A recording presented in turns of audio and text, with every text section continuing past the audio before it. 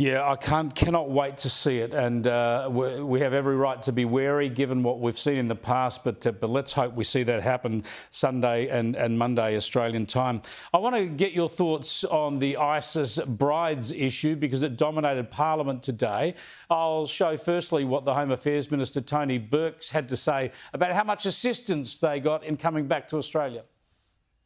Under the laws governing passports, if someone is eligible for a passport and applies to one of our embassies, there is an obligation for them to be provided with it. These individuals received what they were entitled to by law, no more and no less. Now, the government's been saying they provided no assistance. Now they're saying they only provided the assistance they had to provide.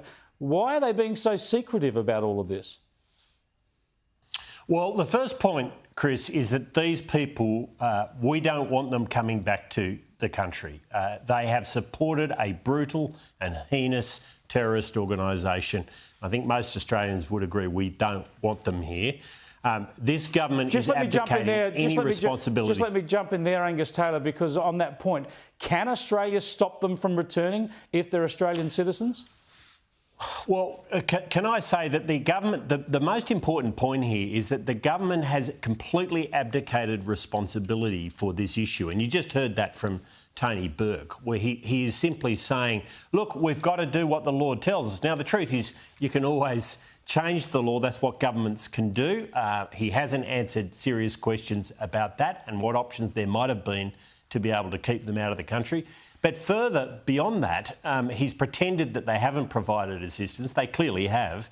And he hasn't been able to answer questions about where they're going to be and whether there's risk to those communities. And I think there are genuine and genuinely held concerns about that. But so as the law this is a government that's not taking... But as the law stands now, was there any way to legally prevent the adults, at least, who were Australian citizens coming back?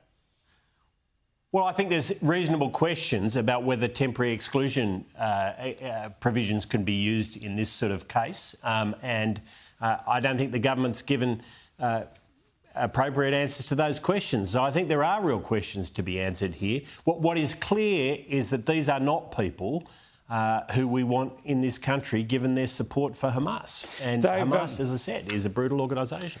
Well, they were supporting ISIS at that time, but another Islamist extremist organisation. A lot of people have come into the country from Gaza. I hope you're going to ask soon whether the government will send those people back now that there is a peace plan in place. But I want to stay on the ISIS brides issue for a moment because there is more information to come and the government is still not sharing it. Here's some more from Parliament today.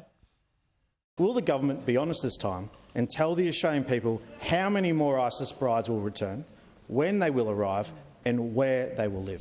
The assumptions in the question are wrong because the assumptions suggest that they're coming back to Australia with our support, which they are not.